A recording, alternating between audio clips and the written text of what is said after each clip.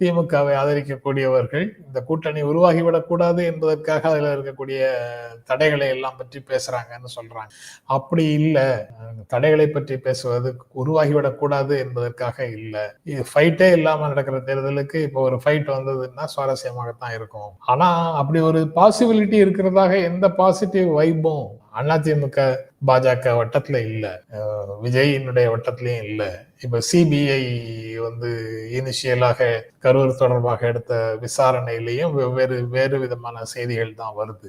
மாநில அரசே பெட்டர்னு நினைக்கக்கூடிய நிலைமைக்கு கூட ஒருவேளை போகலாம். அப்படி ஒரு சூழல்ல விஜய் கடைசியாக இந்த கூட்டணிக்குள்ள வருவாரா மாட்டாராங்கிறதுலாம் பார்க்கலாம், அது நடக்கும்போது பேசலாம். இப்போதைக்கு அந்த மாதிரி இல்லை. அதுல இந்த மாதிரி சிக்கல்கள் இருக்குங்கிறதோடதான் அந்த பிரச்சனை இருக்கு. அந்த மாதிரி பார்க்கும்போது 2026 சட்டப்பேரவை தேர்தல் களத்துல ஸ்டாலின் வர்சஸ் அதர்ஸ் சேர்ந்து இல்லாத சூழல்லையும் ஸ்டாலினுக்கு அட்வான்டேஜ், சேர்ந்து இருந்தாலும் அது வெற்றி பெறுவது போல ஒரு தோற்றம் சிலருக்கு கிடைக்கலாம். அந்த தோற்றமும் கூட விஜய் ரசிகர்களுடைய ஆக்ரோஷமான பிஹேவியர்ல இருந்து கிடைக்கக்கூடியதுதான்.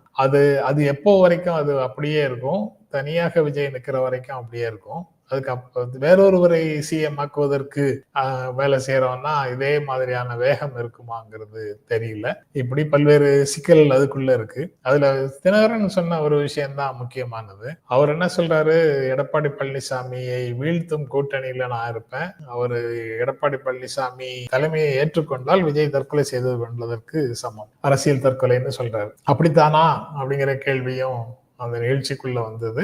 அது நான் ஆமான்னு தான் நினைக்கிறேன். ஏன்னா டால் கிளைம்ஸோட கட்சி ஆரம்பிக்கிறீங்க, ஒரு தேர்தல் 2 தேர்தல்ல நீங்க உங்க டால் கிளைம்ஸ் அப்ரூவ் பண்றதுக்கு முயற்சி பண்ணி அதில் கிடைத்த அனுபவங்களில் இருந்து அதுக்கப்புறம் கூட்டணி அப்படிங்கிற முடிவுக்கு போனீங்கன்னா புரிந்து கொள்ள முடியும். விஜயகாந்த் 2 தேர்தல்களுக்கு பிறகு போனாரு, கமல் ஒரே தேர்தலோட போயிட்டாரு, இப்படி புரிந்து கொள்ளலாம். அந்த விஜயகாந்த் அரசியலுக்கு வரும்போது ஜெயலலிதா சொன்ன ஸ்டேட்மெண்ட்டையும் நான் அந்த நிகழ்ச்சியில குறிப்பிட்டேன். ஏற்கனவே உங்களோட பேசும்போது நான் சொல்லியிருக்கிறேன் நினைக்கிறேன்.